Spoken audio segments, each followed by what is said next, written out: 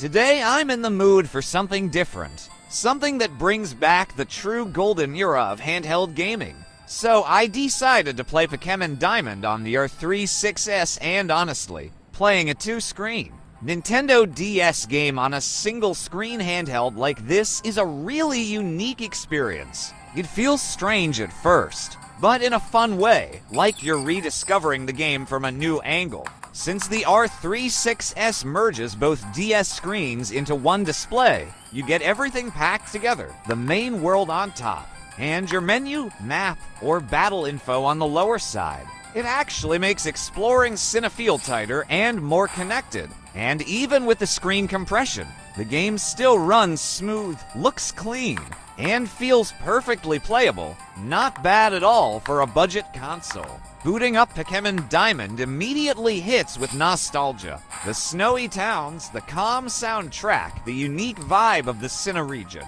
It all comes rushing back, meeting your starter again. Whether it's Turtwig, Chimchar, or Piplup, feels like meeting an old friend.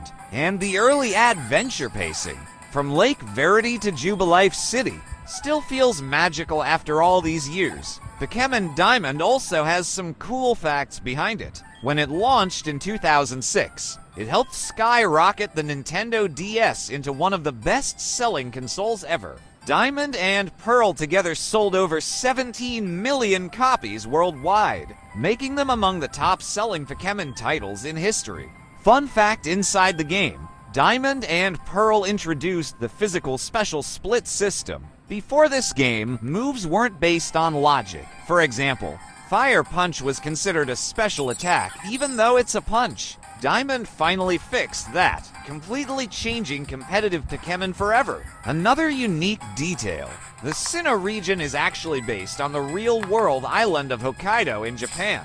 That's why many towns feel colder, mountain-heavy, and more nature-focused. Even MT Coronet, the giant mountain in the middle of Sinnoh, represents a real mountain range in Hokkaido. Outside the game, Diamond was also famous for something unusual. It had one of the biggest early Wi-Fi communities on the DS, trading over the GTS, battling friends online, and using the underground to dig fossils or traps. It was the first time many players around the world felt like Pokémon truly became global. The underground system itself was surprisingly deep, letting you build secret bases, set traps, and hunt rare stones for hours. And even today, playing Pokémon Diamond on a cheap little R36S feels surprisingly fresh. So yeah, I'm gonna keep exploring Sinnoh for a while. A nostalgic journey, a budget handheld, and a classic Pokémon adventure. A perfect combo for today.